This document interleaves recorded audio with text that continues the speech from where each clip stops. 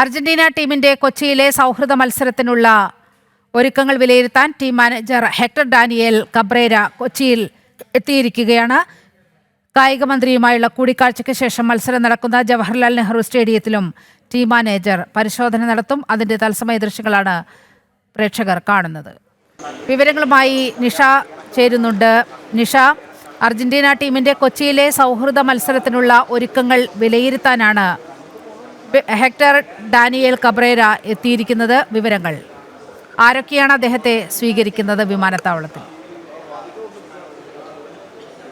കൊച്ചിയിലെ അർജന്റീന ടീമിന്റെ സൗഹൃദ മത്സരത്തിന്റെ ഒരുക്കങ്ങളൊക്കെ വിലയിരുത്താനാണ് ടീമിന്റെ മാനേജർ ഹെക്ടർ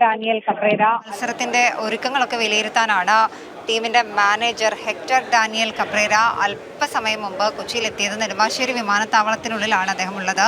അല്പസമയത്തിനകം തന്നെ പുറത്തേക്ക് ഇറങ്ങി വരുമെന്നാണ് കരുതുന്നത്.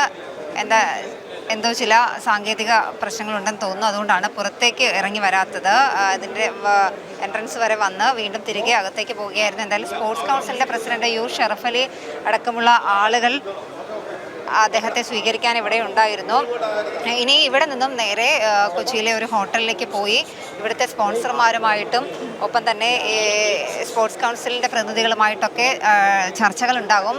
അതിനുശേഷം ഈ ജവഹർലാൽ നെഹ്റു സ്റ്റേഡിയത്തിലാണ് ടീമിൻ്റെ സൗഹൃദ മത്സരം നടക്കുന്നതെന്നാണ് ഇപ്പോൾ അറിയിച്ചിരിക്കുന്നത്. നേരത്തെ തിരുവനന്തപുരത്ത് വേദി എന്ന് പറഞ്ഞിരുന്നു, പിന്നീട് ജവഹർലാൽ നെഹ്റു സ്റ്റേഡിയം എന്ന അറിയിപ്പ് വന്നു. എന്തായാലും അക്കാര്യത്തിലൊന്നും തന്നെ ഒരു വ്യക്തത വന്നിട്ടില്ല. എന്തായാലും ഈ സ്റ്റേഡിയത്തിൻ്റെയൊക്കെ പരിശോധനയ്ക്ക് ആയാണ് അദ്ദേഹം കൊച്ചിയിലെത്തിയിരിക്കുന്നത്. കായിക മന്ത്രി അടക്കമുള്ളവരുമായി ഉള്ള ചർച്ചകൾക്ക് ശേഷം അദ്ദേഹം